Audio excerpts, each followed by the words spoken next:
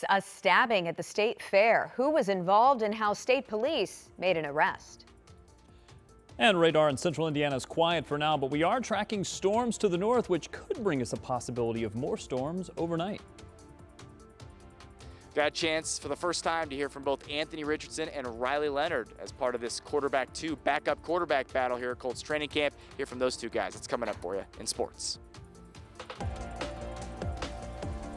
We start tonight with violence at the Indiana State Fair, a stabbing near the Coliseum on a busy Saturday night at the fairgrounds. Here's what we're learning from state police. They say just before 10:30 last night, someone seriously injured a 20-year-old, slashing them with a knife or sharp object. It happened near one of the food vendor booths, and police believe the victim and suspect both worked for a third-party food vendor. Troopers say the 37-year-old suspect ran off after the stabbing, but investigators tracked him to a house on Belleville Avenue and this morning found him hiding in the attic. He's now facing preliminary charges of attempted murder, escape from home detention, and resisting police. Just a few hours ago, IMPD detectives made an arrest connected to a shooting this morning that critically injured someone on the east side. That shooting happened at a hotel, the Welcome Inn, near 28th and Shadeland. The person shot was in critical condition. Police say they later arrested a 40-year-old man for his alleged role in that shooting. For the second time in 2 days, a high school athlete is seriously injured at a game. You may remember on Friday, a Martinsville football player was flown to the hospital after getting hurt in a scrimmage. He is now recovering at home. Well, then yesterday, 2 high school football players in Richmond got hurt, one of them critically. That happened between innings at the Flying Mummies baseball game. The football players were injured while participating in a fan event. Richmond is now offering counseling tomorrow for students at the school. Also happening tomorrow, there's a chance that the city-county councilors could override Mayor Joe Hogsett's veto on 2 vehicle taxes. Back on July 6th, councilors voted to raise the local wheel tax and the vehicle excise surtax.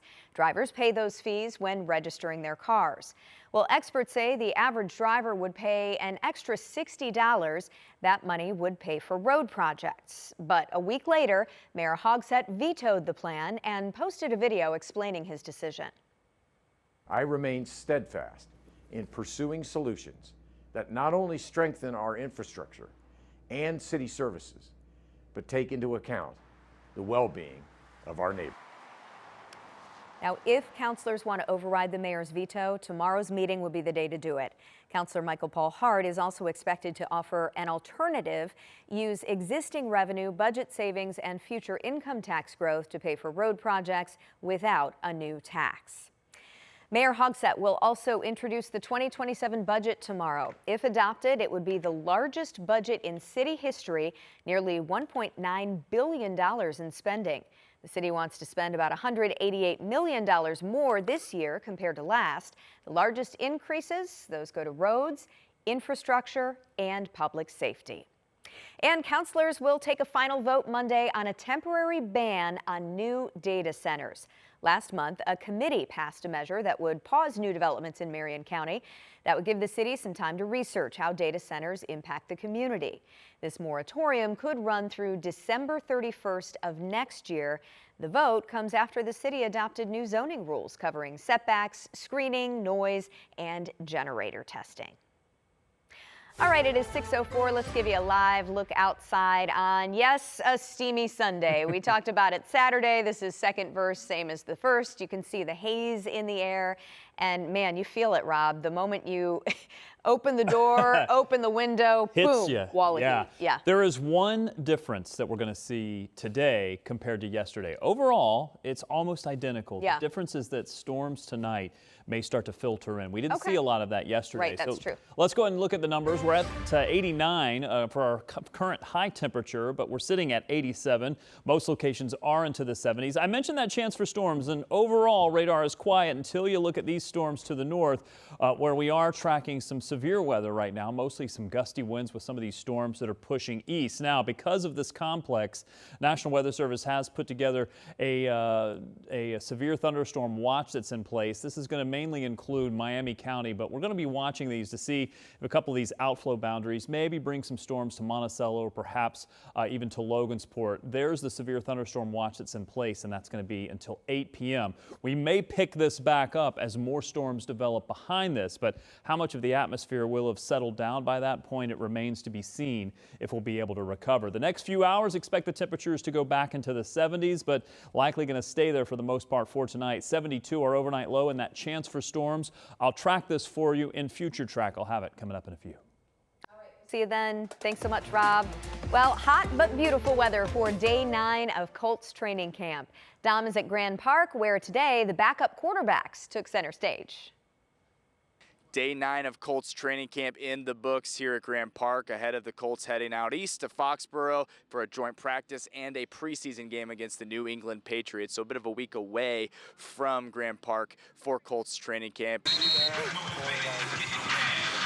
Been always good to line up against a team with a different jersey. Really good for evaluations, especially for position battles. And number 1 on the position battle list as far as public interest, certainly the quarterback 2 battle, the backup quarterback position between Riley Leonard and Anthony Richardson. We had not yet heard from either of those guys as training camp has progressed here in Westfield, but we got a chance to do so here on Sunday, both kind of giving their mindsets as far as this competition and where they stand and how they've progressed through camp. Reps are reps, regardless if I'm with the first, second, or third team, my reps count, and I got to make them count. I haven't necessarily been thinking of it more of a quarterback competition because I feel like if I'm putting my best foot forward, then the team will make a decision that's a betterment for the team. But I just feel like I'm trying to progress. The rhythm is there. My plays are there for me to make. I just got to make them. I can't think about anything else. Competing for the 2 job right now with Anthony, who's honestly a great friend of mine at this point.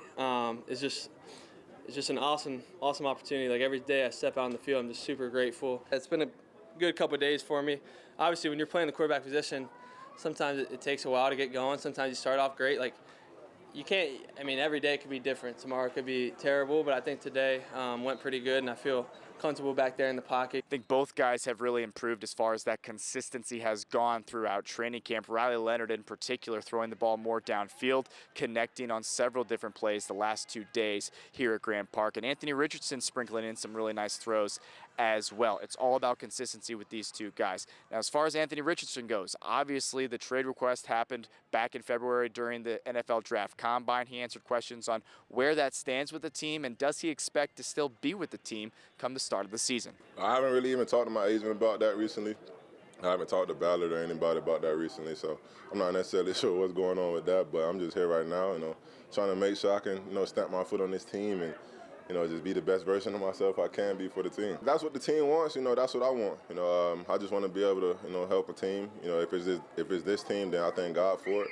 I'm just ready to showcase what I can do and just, be a winning piece to help the team win. Obviously, the backup quarterback position as important as any, as we've seen the importance level rise in the NFL over the last couple of years, no question about that. Up next for the Colts out east in Foxborough, a joint practice with the Patriots on Tuesday, a preseason game, their first of this preseason on Thursday. We got you covered through Colts training camp as it progresses right here on Channel 13 and, of course, on our streaming platform as well. Here at Grand Park, I'm Dominic Miranda, 13 Sports.